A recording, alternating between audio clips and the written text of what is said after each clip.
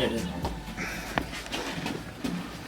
Okay, you better do that. Bust at a friendly competition. Fuck out of here. I want to drag the fuck out you. That's all we do is talk shit. It's all in fun. Go play with those dudes.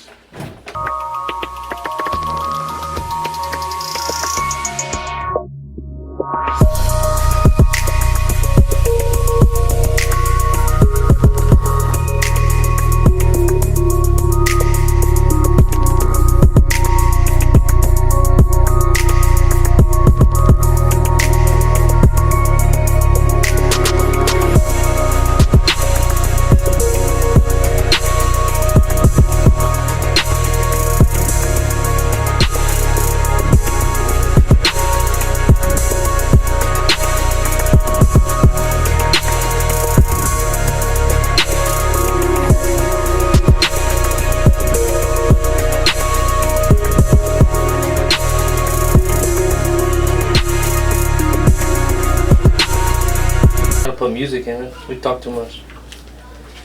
Because we talk too much? Yeah. It's tight. That's a little tight on there. I like it tight. Brody, a little help here, buddy. The Walmart guns, man. What are we talking these two? Like 8 niggas, one of them niggas. Nice bunch of good jiggers to me!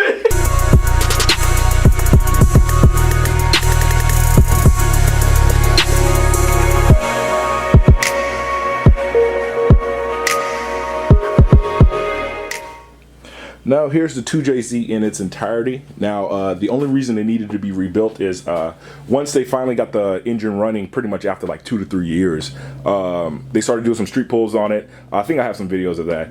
Once they was doing the street pulls on it, afterwards they heard a little ticking noise. They thought it was like a rocker, or not a rocker, but like something in the head. But the head checked out, so it had to be a bottom end noise. Took the head off, and one of the connecting rods was pretty much like way higher than the rest of them. So we kind of knew that one of the bearings were shot in one of the connecting rods. So all they did is just pretty much put a new crank in here and replace one of the rods, put everything together, and everything pretty much checks out perfectly fine. Everything is spec'd within specification. Everything is mic'd. So this motor is pretty much ready to put back into the Supra. And power-wise, I mean, it's probably going to live at like 8 to 9, but the capability of this motor probably is somewhere in the 1,000 plus easily. So I mean, you can see it has Carrillo rods, I mean, forged pistons, Titan billet mains in it. I mean, JG fully ported head. I mean, aftermarket cams. I mean, this isn't no little play shit over here. So yeah, so once this thing goes back into the motor, I mean, once it goes back into the Supra and they start running it, you're gonna have videos of it. So yeah. So here is Lay 240.